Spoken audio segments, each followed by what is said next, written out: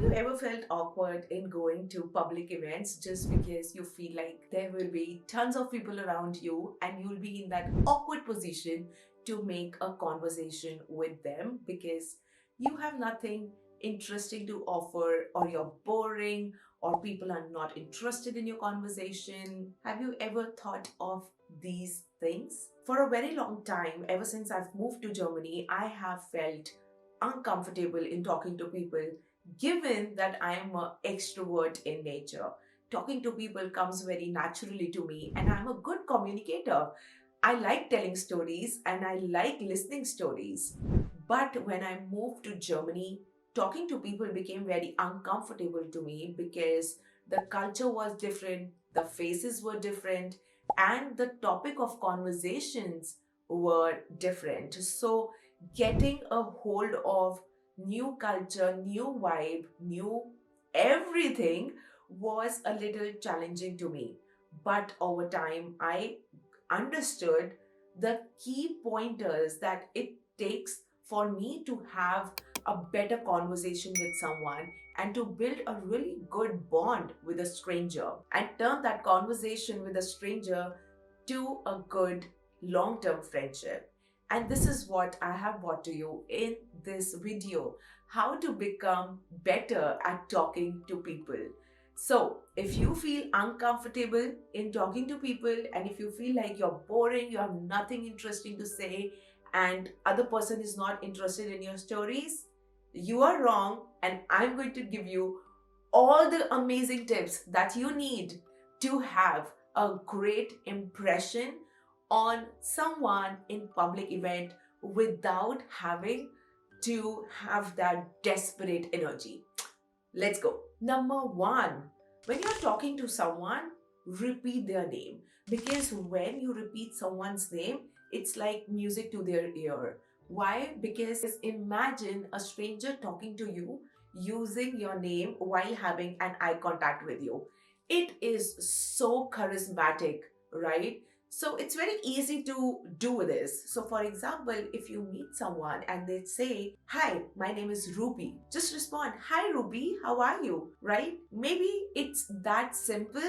And when you repeat their name, it makes them feel heard and seen. It quickly catches their attention, and bam, there you have it, their one on one attention right with you. Number two, be interested rather than interesting. A lot of time it happens that people listen to conversation just to respond. Don't be that in that energy. The other person can really sense it. And that's a really blocking energy for me, to be honest. For me, when I'm having a conversation with someone and that person is really interested in listening to my story, I will talk more, right? So, and same goes the other way round as well. So rather than being interesting and having to know it all kind of a person in the room, be interested, ask questions, be curious, know their story, where they are coming from, and do eye contact. Don't be on your phone, don't keep looking around the room, don't look for the next good thing in the room, because what you are doing right there with that person is what others are trying to do as well in that room. So the more you'll try to chase the next good conversation or the next interesting person, the more you lose what is there in front of you. Now, a lot of time it happens that when someone is sharing an experience, you find a common ground and you say, "Ah, it happened with me or my family member as well," which is great. It keeps the conversation going. But the problem in these kind of situations is that you are taking the conversation away from them and bringing it to yourself, right? Let me give you an example. For example, if someone is telling you about their hiking experience in Swiss Alps and you have also done the same, you will also say, "Ah, I also went to the Swiss Alps. They were so amazing," and blah, blah, blah. You bring the story to you, right? But the key here is, and the other person will also get excited, and you will continue this conversation. But as I said about my first time, that you should be more interested rather than being interesting. So find ways to bring that conversation back to that person who was originally telling the story, right? Ask them more questions and ask them what did they do on the Alps, which Alps did they visit, or where did they stay, and how was their hiking experience, which weather did they went in, was it slippery, was it touristy, things like that, find common grounds, share your experience, but always bring the conversation back to them so that they feel more heard and seen and more center of attention rather than you putting yourself in their place. Number three, avoid using conversation shutters. This is something that I've written. It's not a word, but what I mean by that is that don't use the words or statements that would end the conversation unless you are really not interested in talking to that person. So, for example, if someone asks you that, hey Ruby, how was your weekend? And you say, nothing much, I didn't do anything. This is a conversation shutter, right? What is the other person supposed to say now? It's done, it's over. Instead, if you are interested in continuing that conversation, you can simply say, hey, I didn't do much.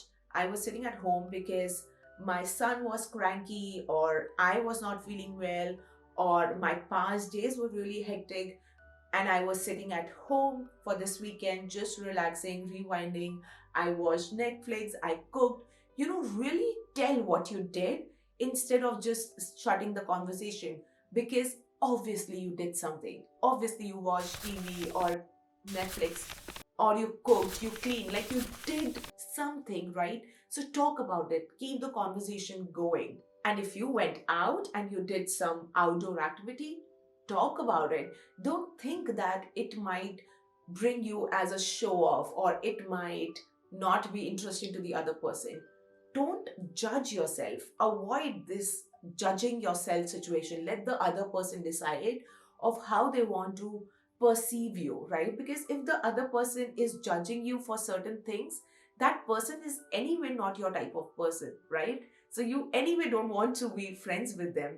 So let it be an open door, and let people come in who are interested, and let people stay at the door who are not interested. But you should be an open book on things that are not so personal to you, that you're comfortable in sharing to that person. Number four, which is a huge big one for me, which is it's okay to deal with the silent pauses.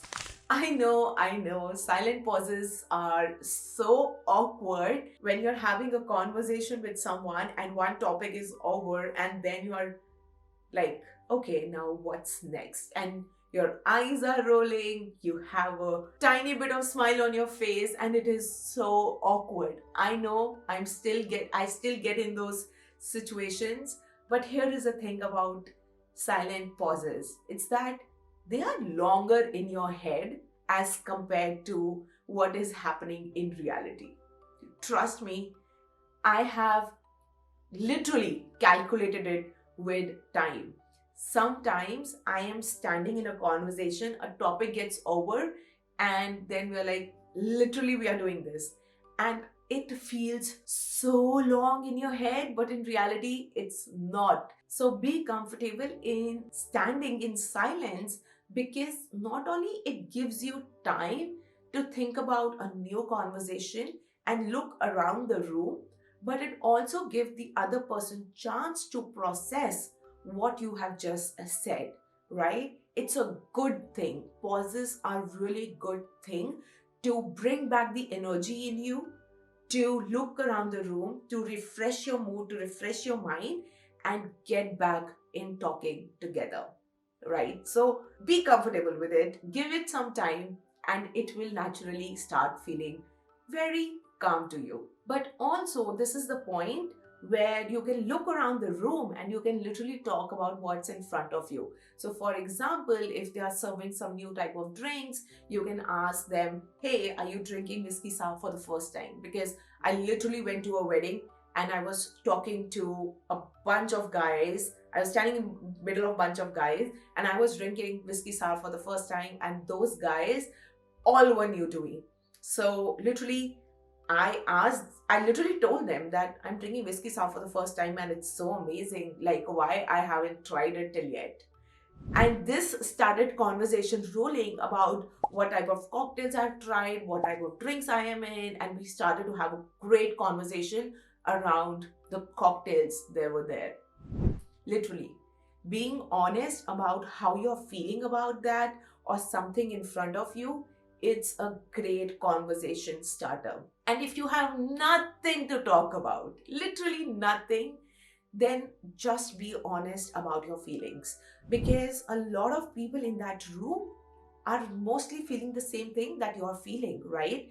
For example, you can be really honest that I'm having such social anxiety. I haven't been in such public event in such a long time. COVID has completely changed us. And this will start the conversation rolling because it's such a relatable topic to a lot of people, because people have become so comfortable in working at their home that public events now really give social anxiety to people. And this is such a relatable thing. So be honest about your feelings, be honest about what is going in your mind, and it will only bring more relatability, warmth, and trust on the table in front of the other person. So these are the tips I have for you right now in becoming better at talking to people in public events. If this video helped you, please give it a like, subscribe to my channel, and comment down below for any tips that you have, or what was your best takeaway, or what resonated with you first. And are you a public speaker? Are you not? Are you an introvert, extrovert? Let's keep the conversation going, because I'm really trying to grow this channel and I have some big goals for this channel this year. And your each comment, your each like will only support me in growing my channel. And thank you so much for watching this video. I will see you next time very soon. Bye.